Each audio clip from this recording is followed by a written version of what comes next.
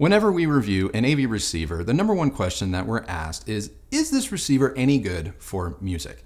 And I get it.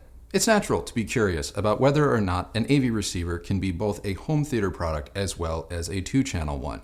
And while technically any receiver can play music and even be at the heart of a two-channel system, we know that some are better at it than others.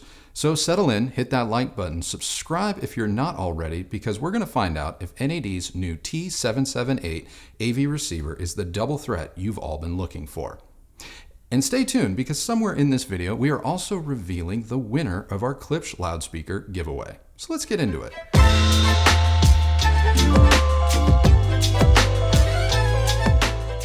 The T778 is one of NAD's reference level receivers, featuring the brand's hybrid digital amplifier technology across all 9 of its channels, giving you 85 watts per channel, all channels driven. Now, dynamic power increases to a reported 165 watts, though 85 watts should be more than sufficient to power most home theater loudspeakers on the market right now, and I am including difficult to drive models. The large touchscreen on the front of the NAD is its most notable visual cue on this particular receiver. Now, we have talked about a lot of products on this channel that have had similar screens, but none of them have been touch enabled, and that has been one of my biggest gripes. So I was so thrilled when I saw the touchscreen on the T778. The T778 also features Dirac Live, which is a room correction software. It also has Blue OS, which enables direct network music streaming, as well as MQA decoding. And it features NAD's MDC, or modular design construction, which should make future hardware updates a little bit more accessible without necessarily having to replace the entire receiver.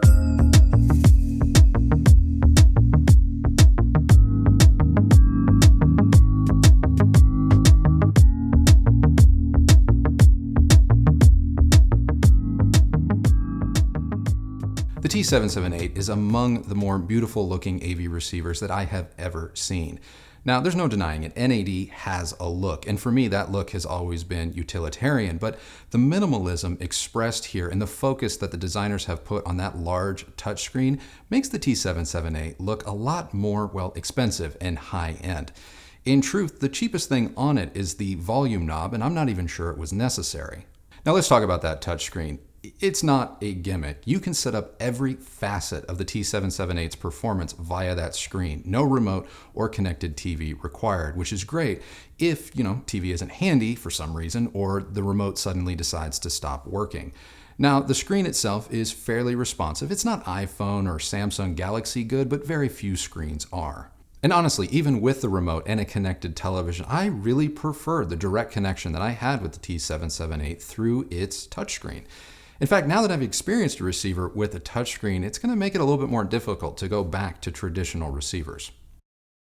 Getting up and running with Blue OS as well as Dirac Live does require the use of a dongle, but using this attachment, I was able to connect the NAD receiver to our list of Blue OS devices via the app. And the app is fantastic. It's great for streaming music, especially from services like Spotify and Tidal, not to mention giving you access to your music that's locally stored on your home network. The app even has some basic control over the AV receiver itself. I'm talking about things like input selection as well as volume, but nothing really much beyond that. You're also going to need the dongle in order to run Dirac Live, which is the NAD receiver's auto room calibration software. You're also going to need a laptop or tablet to complete this step. Thankfully, Dirac Live is compatible with both Apple and Windows machines. Dirac Live is the basic version of Dirac. That being said, it's still crazy powerful. Not to mention the NAD receiver enables you to store up to 3 unique Dirac filter sets inside its memory. This enables you to have, say, a filter set just for home theater listening, another one for 2-channel listening, and a third one for whatever you may want. Now, Dirac Live isn't as plug and play as, say, Odyssey, so there may be a slight learning curve. That being said, I have played with both the Live and Pro versions, and for 99% of users out there, I do think that you will be just fine with Dirac Live. Now, we tested the NAD with a variety of loudspeakers, primarily our Yamaha home theater anchored by the S809 towers, not to mention the Q Acoustics Concept 300 bookshelves for 2-channel listening. Now, we connected the receiver to our LG 8K TV and streamed things like Netflix and Disney Plus, not to mention YouTube TV, through the new Chromecast with Google TV. Now, we listen to music via Tidal, either directly through the NAD receiver itself or through our Altair G1 DAC streamer, all of which we're going to link to down in the description below. And with respect to sound, I did test the NAD receiver with and without Dirac enabled, and based on what I was listening to or watching at the time, I found the results to be equally pleasing. I especially like the ability to toggle Dirac on and off from the remote, but better yet, I love the ability to create presets based on the content that I knew I was going to be enjoying or the speakers that were connected that had Dirac either on or off. The ability to customize the T778 really is one of its greatest strengths. Overall, the T778 sound is pure NAD. It may utilize a hybrid digital amplifier topology over, say, a classic NAD AB design, but the sound is smooth, a little bit mellow in spots with good control over the bass and high frequencies. And it really doesn't matter what type of loudspeaker you connect to this receiver, as the NAD sound is just present. And Dirac doesn't really change things either. The sound is still there. You might get a little more of it in the lower mid-range and bass. With respect to bass, on its own, without the use of a subwoofer, the bass from the T778 is deep, but it's not the deepest. We do have some integrated amplifiers in-house presently that do manage to get a little bit more bass extension out of our Yamaha and Q acoustic speakers, but for an AV receiver, the bass that is there is close to matching that standard. And the bass is taut and textural, dare I say musical, not mushy. And if you need more bottom end extension, you can simply add a subwoofer or two to the NAD, dial those subs in with Dirac, at which point your bass will be second to none. Where the rubber meets the road, at least for me in the NAD, is its mid-range. I like it. I find that it matches well with a wide range of loudspeakers, not to mention source material. It is on the fuller side of neutral, but this is a good thing, as it gives vocals, be it dialogue or music, a greater sense of weight and presence, as opposed to sounding kind of artificial or overly forward. I think you're going to find that on a whole, vocals just have an organic quality that you just don't really find in a lot of AV receivers. Though I will admit, at the extremes, mid-range detail and absolute inflection may be ever so slightly smoothed over, and this does help give the NAD its a little bit more smooth or laid-back demeanor. I was impressed with the NAD's high frequency response, but more than that, I was just impressed by its overall balance. This receiver may lean ever so slightly towards seductive, but there's not one element of its frequency response that stands in stark contrast to the next, so it is all just completely composed. Still, the high frequencies are airy and detailed with almost zero edginess, and at high volumes, they never become fatiguing. And this is a great thing, especially if you have loudspeakers like, for instance, our Yamahas, which are known to be a little bit more on the livelier side. And as for the rest of the 778's performance, dynamically it is satisfying, though I will admit that you may have to turn things up just a little bit in order to achieve its fullest potential. In terms of soundstage and two-channel playback, it's fantastic.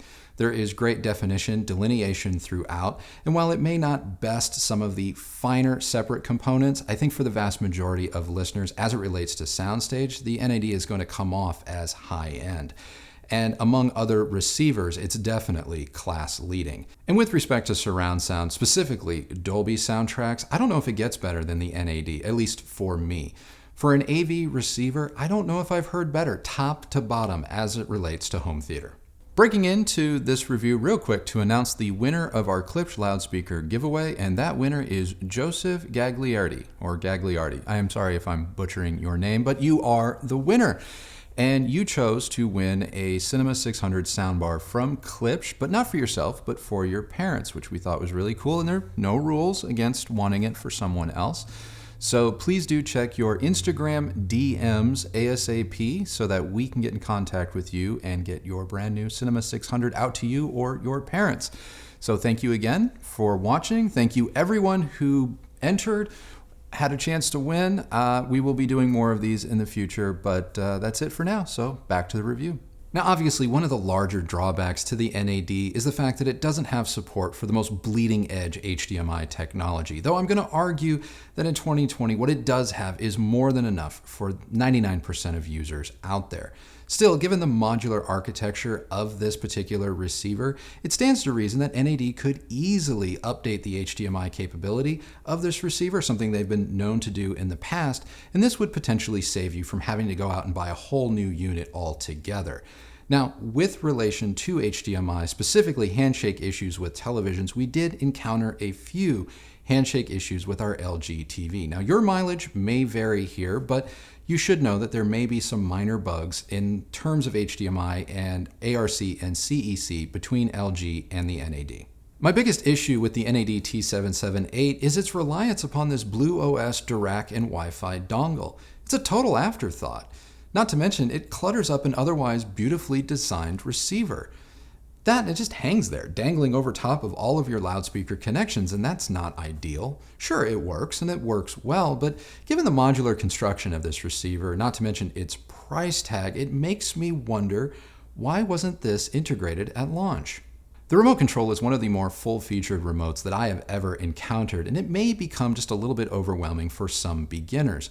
It works very well with the on-screen menus, and the on-screen menus are beautifully designed and detailed. It's just their use isn't as intuitive as some, and that can lead to a little bit more of a frustrating experience. I actually handed the remote to Christy and gave her a few commands to complete, which took her far too long, in my opinion. And before you go thinking that she's just bad with electronics, I assure you she's not. There's just some aspects of the on-screen and remote control that just don't make any sense. In terms of its streaming capability, the integrated BlueOS is fantastic. Listening to music through services like Tidal internally to the NAD is a great experience, and sound quality-wise, it's up there. Second, at least in this house, only to our Altair G1, which is a streamer DAC all on its own that retails for $2,700. So that gives you a little bit of an idea as to the NAD's value proposition, not to mention music performance. Obviously, the Yamaha Aventage series of receivers deserves a mention here, specifically the 3080, though I will admit that that platform is just getting a bit long in the tooth and is due for a refresh any day now. Though, like the NAD, the Yamaha allows you to customize it as much as you want, and it has a sound that leans more towards the higher end side of the spectrum. That being said, I still prefer the NAD over the Yamaha. Our Sony 1080 receiver continues to be our go-to recommendation for first-time or entry-level home theater enthusiasts, so it's not really a fair comparison with the NAD, as the NAD just simply isn't an entry-level receiver. So if you're just getting started in building your first home theater, or you're on a budget, definitely look at the Sony. But for seasoned pros, you should be considering the NAD all day. And to wrap it up, the NAD T778 AV receiver is one of the best AV receivers that I have ever reviewed. It's up there with the likes of Meridian, Lexicon, Arcam, with respect to its functionality, feature set, and of course, sound quality. I absolutely loved it for music and movies, and think it would be a great option as a centerpiece to a dual threat type of system. My gripes about the dongle aside, the NAD is just, for me, borderline perfect. So that's it. That is my review of NAD's T778 AV receiver. What did you guys think? Let me know down in the comments below. And while you're down there, my question for you is this. Would you use an AV receiver for high-end home theater as well as 2-channel playback? And if so, which receivers come to mind? Let me know. If you like this video, please do give it a thumbs up, like, and subscribe. Ring that bell so that you're notified when new videos come out. If you use any of the links that Christy leaves you down in the description below, know that that is a great way that you have continued to show your support for this channel and the work that we do here, and we both thank you very much.